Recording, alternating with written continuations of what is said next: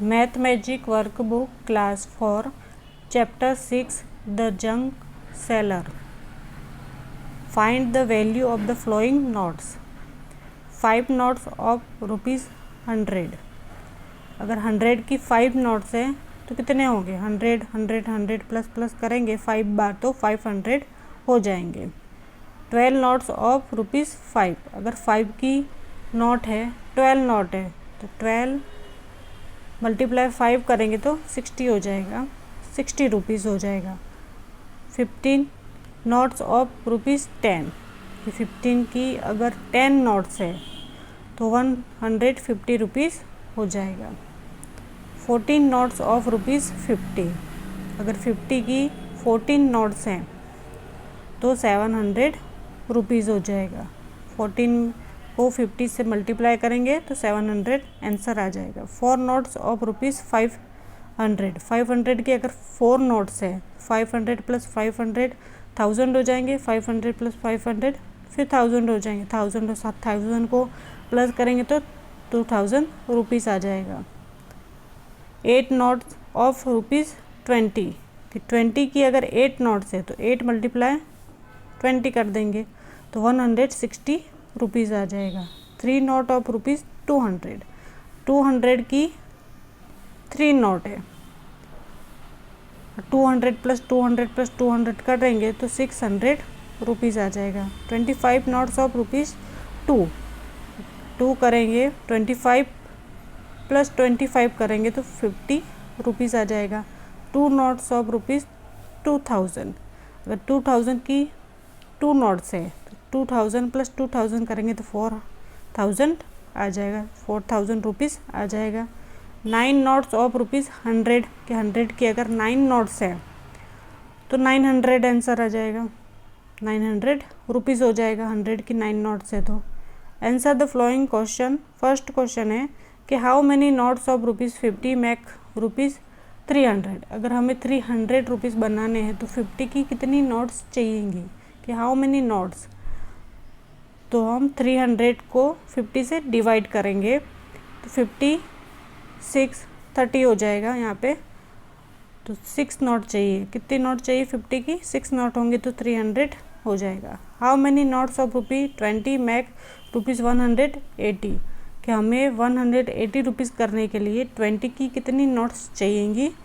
तो यहाँ पे भी हम डिवाइड करेंगे, 180 को 20 से डिवाइड करेंगे तो 20 9 जा 180 हो जाएगा, यानी 9 नोट।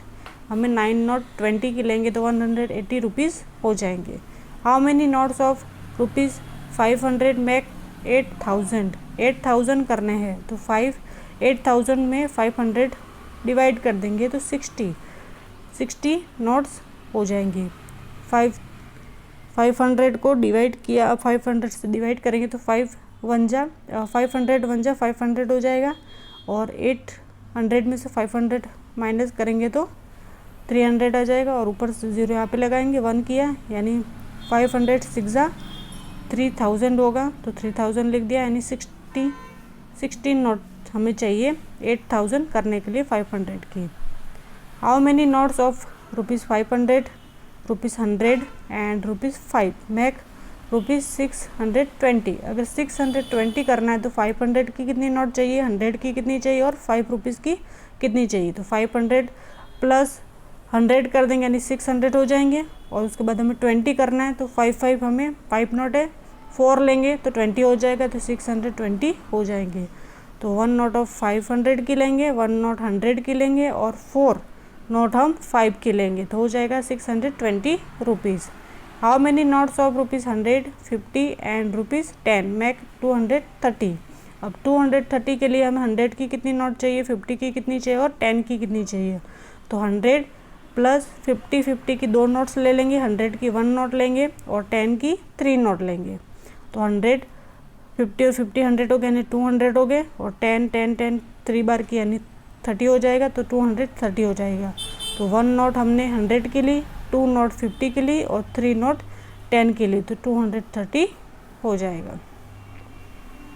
उसके बाद है आगे, right the interest paid in the table given below. यहाँ पे नंबर दिए हैं, यहाँ पे अमाउंट है और अमाउंट विथ इंटरेस्ट, ब्याज कितना लगता है। अमाउंट इज ऑफ इंटरेस्ट, मतलब कितना लगा, कितना हुआ। 500 अमाउंट है और 570 रुपीज़ है यहाँ पे, तो कितना अमाउंट इंटरेस्ट हुआ, तो 70 रुपीज़। 500 तो है, 570 है, तो यहाँ पे 70 रुपीज़ हो जाएगा। सेकंड में है 956 है और यहाँ पे रुपीज़ कितना, 1015, तो 1015 में से 956 माइनस कर देंगे तो रुपीज़ आ जाएगा 59, तो इतना इंटरेस्ट होगा। फिर रुपीज़ है 723 और यहाँ पे 852, तो 852 में से 723 माइनस करेंगे तो रुपीज़ आएगा 128, इतना इंटरेस्ट होगा। रुपीज़ है 1232 है और यहाँ पे 1339 है, तो 1339 में से 1232 माइनस करेंगे तो रुपीज़ आ जाएगा 107, इतनी अमाउंट इंटरेस्ट है। उसके बाद 2009 है और यहाँ पे 2246 है, तो 200 विद अमाउंट है, इंटरेस्ट है, तो हमने 2246 में से 2009 माइनस करेंगे तो आंसर आ जाएगा रुपीज़ 237। यहाँ पे क्वेश्चन दिया है कि Harilal took a loan of rupees कितने 300 फ्रॉम ए बैंक, कि हरीलाल ने एक बैंक से 300 का लोन लिया। ही विल डिपॉजिट रुपीज़ कितने 54 each month in the bank up to 6 month, कि वह 6 महीने तक हर महीने कितने रुपीज़ देगा 54 बैंक को जमा करेगा।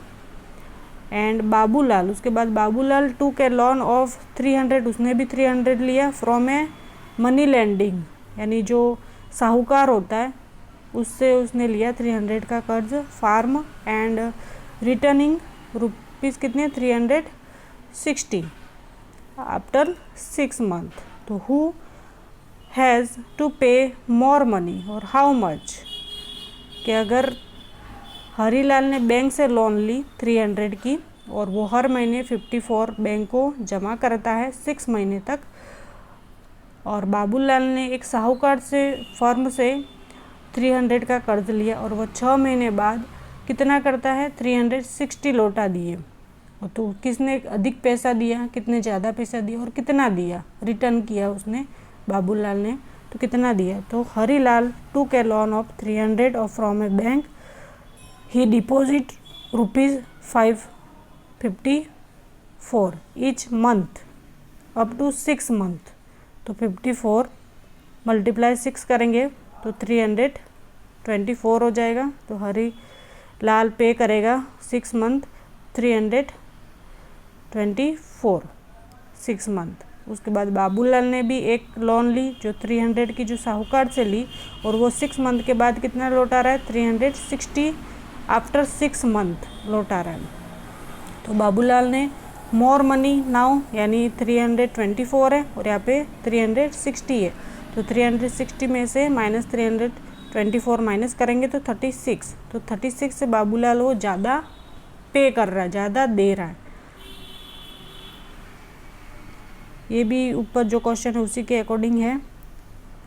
Shankar Lal took a loan of rupees 6000 from a bank to make a shop, कि अपनी शॉप बनाने के लिए शंकर लाल ने 6000 का कर्ज लिया, वो भी बैंक से। He will deposit rupees 1060 each month in the bank up to 6 months. And Rajni Bai, जो रजनी बाई है उसने एक took a loan of rupees 6000, उसने भी 6000 का लोन लिया from a money lending firm, and return करेगा वो 6600 after 6 month. Who has to pay more money और हाउ मच, ये भी ऊपर जैसा ही कि शंकरलाल ने दुकान बनाने के लिए एक बैंक से कर्ज लिया, लोन लिया 6000 का, और वो 6 महीने तक हर महीने रुपीज़ दे रहा है 6060 रुपीज़ जमा करा रहा है। और रजनी बाई ने एक साहूकार फर्म से रुपये 6000 का कर्ज लिया और 6 महीने के बाद वो रुपीज़ लौटा रहा है 6600 लौटा दिए। तो किसने अधिक जमा किए और कितना किया, तो वही शंकर लाल 2 के लोन ₹6000 डिपॉजिट किए 1060 each month up to 6 month, यानी 1060 में 6 मल्टीप्लाई करेंगे तो 6360 आ जाएगा। पे किया 6360 रुपीज़। और रजनी बाई ने कितना किया, उसने भी 6000 का लोन लिया और उसने 6 मंथ के बाद कितना रिटर्न किया 6600। तो हम 6600 में से माइनस करेंगे 6360, यानी 240। तो रजनी भाई कितना ज़्यादा दे रहे हैं, 240 रुपीज़ ज़्यादा दे रहे हैं, मोर दे रहे हैं। Complete the table. Name number है ये और ये आइटम्स हैं, बाइंग प्राइस और सेलिंग प्राइस और प्रॉफिट और लॉस और हाउ मच, और कितना प्रॉफिट हुआ और कितना लॉस हुआ, ये आपको यहाँ पे करना है। पहला है 10 पेंसिल। हमने 10 आइटम क्या है, पेंसिल है, और कितनी पेंसिल है, 10 पेंसिल है। बाइंग प्राइस क्या है, हमने कितने में खरीदी थी, 35 रुपीज़ में। और सेलिंग प्राइस क्या है, 40 रुपीज़, यानी कितना प्रॉफिट हुआ, मतलब प्रॉफिट हुआ कि लॉस हुआ, तो प्रॉफिट हुआ। तो कितना प्रॉफिट हुआ, तो 40 में से 35 माइनस करेंगे तो 5 रुपीज़ का प्रॉफिट हुआ। हाउ मच, तो 5 रुपीज़ का प्रॉफिट हुआ। 30 नोटबुक्स है और बाइंग प्राइस क्या है 1035 और सेलिंग प्राइस क्या है 165। तो ये भी प्रॉफिट हुआ कितने रुपीज़ का, तो 30 रुपीज़ का प्रॉफिट हुआ। 5 कंपास बॉक्स है, वो कितने रुपए का लिया हमने 185 में, और सेलिंग प्राइस क्या है 210। तो ये भी प्रॉफिट हुआ कितने का हुआ, ₹25 का। 1 टेबल, अगर टेबल हमने 1 टेबल लिया ₹325 का और 403, तो ये भी प्रॉफिट हुआ कितने रुपए का 78। 403 में से 325 माइनस करेंगे तो 78 आ जाएगा। 1 चेयर की हमने 340 की और सेलिंग की 285 की, यानी ये तो लॉस हुआ, ज़्यादा में ख़रीदा और कम में हमने बेचा सेलिंग की, तो 55 रुपीज़ का हमें लॉस हुआ। 1 टीवी हमने ख़रीदा 9645 में और सेलिंग की 8992 में, तो ये भी लॉस हुआ। तो कितना लॉस हुआ, हाउ मच, तो 653 का लॉस हुआ। 4 kg ग्रेप्स हमने लिए 280 और सेलिंग प्राइस है 310, तो ये प्रॉफिट हुआ। तो कितना हुआ 30 रुपीज़ का प्रॉफिट हुआ। 2 kg एप्पल्स, वो हमने बाइंग किए 390 रुपीज़ में और सेलिंग किए 325 में, तो ये हमें लॉस हुआ कितना हुआ, तो 65 रुपीज़ का लॉस हुआ। 3 kg स्वीट लैम्प 270 में लिया और बेचा 246 में, तो हमें लॉस हुआ कितने रुपए का 24 रुपीज़ का। 2 स्कूल बैग्स हमने खरीदे 786 में और सेलिंग प्राइस कितनी है 894 है, तो ये हमें प्रॉफिट हुआ कितने का प्रॉफिट हुआ, तो 108 का हमें प्रॉफिट हुआ।